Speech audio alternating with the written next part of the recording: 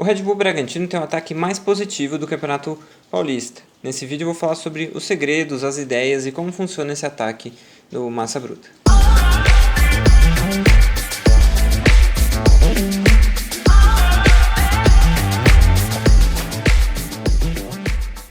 Olá pessoas, estou aqui em mais um RS Análises. Hoje a gente vai falar sobre o ataque do Red Bull Bragantino.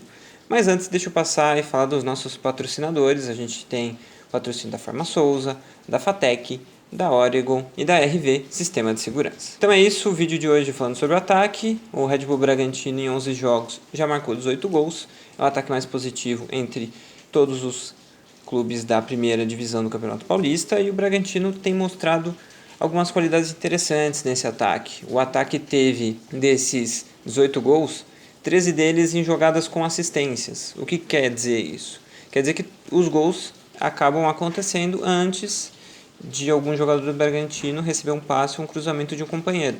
Por exemplo, um gol de pênalti ou um gol de falta não é um gol com assistência. No caso, o Bragantino não tem nem gol de falta nem de pênalti. Mas o Bragantino tem conseguido marcar muitos gols numa questão em que tem feito a diferença, que são os gols de bola parada. O Bragantino nesse campeonato já marcou 7 gols de bola parada. Isso tem sido uma marca importante do time, que tem apostado muito em cobranças de falta com o Arthur e com o Johan, dois jogadores muito bons nesse tipo de jogada, cruzando forte na primeira trave para o Luan Cândido e mais algum jogador subirem ali e desviarem para o gol.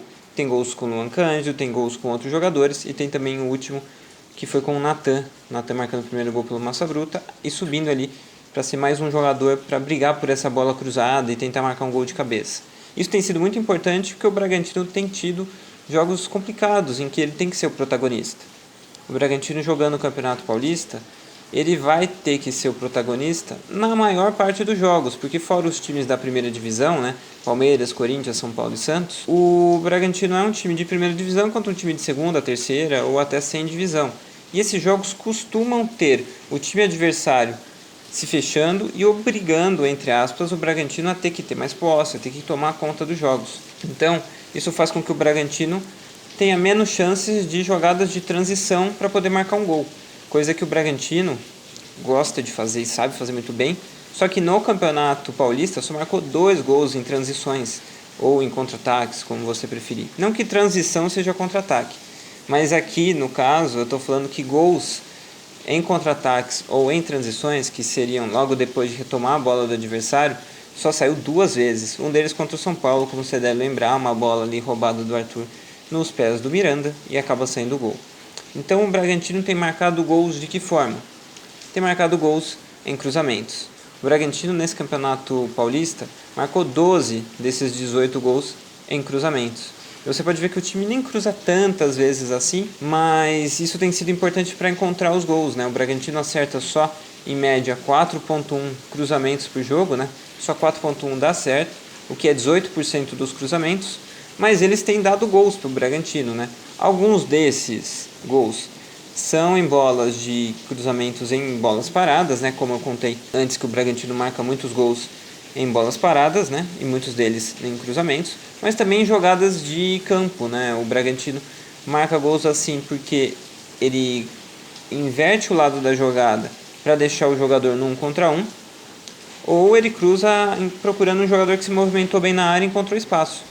Os atacantes têm feito muito isso, o Johan, o Alejandro e algum outro jogador, principalmente os pontas, fazem também essa questão de entrar na área para criar uma jogada ali na frente. O Bragantino marcou esses 12 gols e eu contei os gols de cruzamento, os gols que o Bragantino cruza a bola, o jogador que recebe a bola domina e finaliza, ou simplesmente finaliza de primeira e faz o gol. Então, se o jogador cruza a bola na área, ele ajeita para alguém finalizar, não é considerado um gol de cruzamento. Então, o Bragantino marcou 12 gols assim e eu vou mostrar 3 deles e quais são as ideias presentes nesses 3 gols com cruzamentos. Primeiro você vai ver o gol do Arthur contra o Água Santa, cruzamento, o Arthur no 1 contra o lateral, ele ganha fácil até do lateral que vai mal na marcação e faz o gol. Aqui Bragantino e Água Santa também, cruzamento, 2 opções ali na segunda trave e o Johan acaba fazendo o gol. Aqui acho que é o gol mais interessante dos 3. Aqui você tem uma inversão de lado de jogada com o Ortiz, que é o jogador que mais faz isso no Campeonato Paulista, e um cruzamento na área para o Alejandro marcar o gol.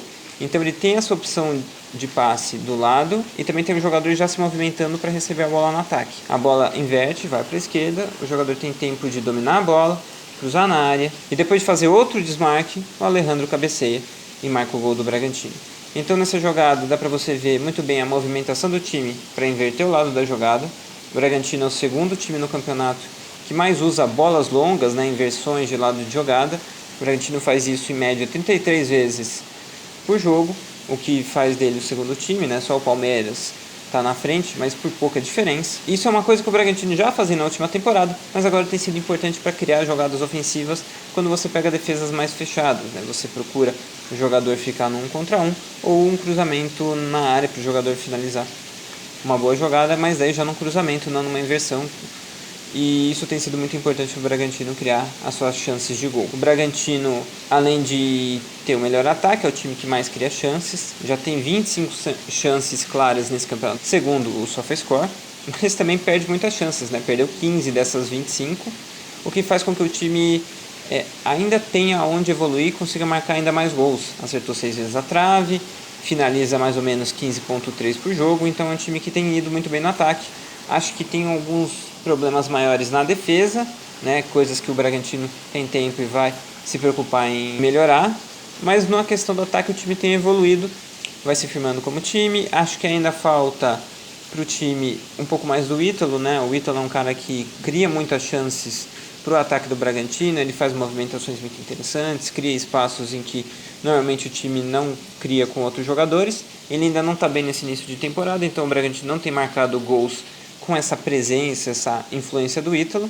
Nem tanto os de contra-ataque, mas os de contra-ataque eu já expliquei que eu acho que tem muito mais a ver com o estilo dos adversários em que o Bragantino enfrenta. Então é isso, o Bragantino classificado em primeiro no seu grupo, enfrenta o Palmeiras no final de semana. O Palmeiras hoje tem o melhor ataque do Paulista, só sofreu um gol, pelo menos hoje, nessa segunda-feira. Na quinta o Palmeiras joga contra o Corinthians, pode acabar tomando algum gol. Por enquanto ele ainda é o melhor time defensivamente. O Bragantino vai ter mais um desafio contra a melhor defesa. Vamos ver como é que o Bragantino se sai, num jogo que provavelmente vai ter os times talvez poupando um ou outro jogador, já que já no meio da semana que vem o Bragantino joga pelas quartas de final, decidindo uma vaga na semifinal. Então é isso, espero que você tenha curtido o vídeo de hoje, nesse RS Análises. Eu sou o Rodrigo Seixas e eu venho aqui toda segunda-feira para comentar alguma questão mais tática, alguma questão mais analítica sobre o time do Bragantino, uma análise um pouco mais detalhada sobre o time. Nas terças o Diego entrevista alguém no podcast do DP Channel e nas quintas a gente faz o giro de notícias falando sobre tudo o que aconteceu na semana do Bragantino e responde algumas perguntas que vocês podem mandar tanto no Instagram quanto nos nossos Twitters, e também dá para você mandar aqui nos comentários dos vídeos. A gente vai separando e vai respondendo todas as quintas-feiras as perguntas que vocês mandam pra gente. Então é isso, espero que você tenha gostado do vídeo. Semana que vem eu estou aqui com mais um RS Análises. Valeu!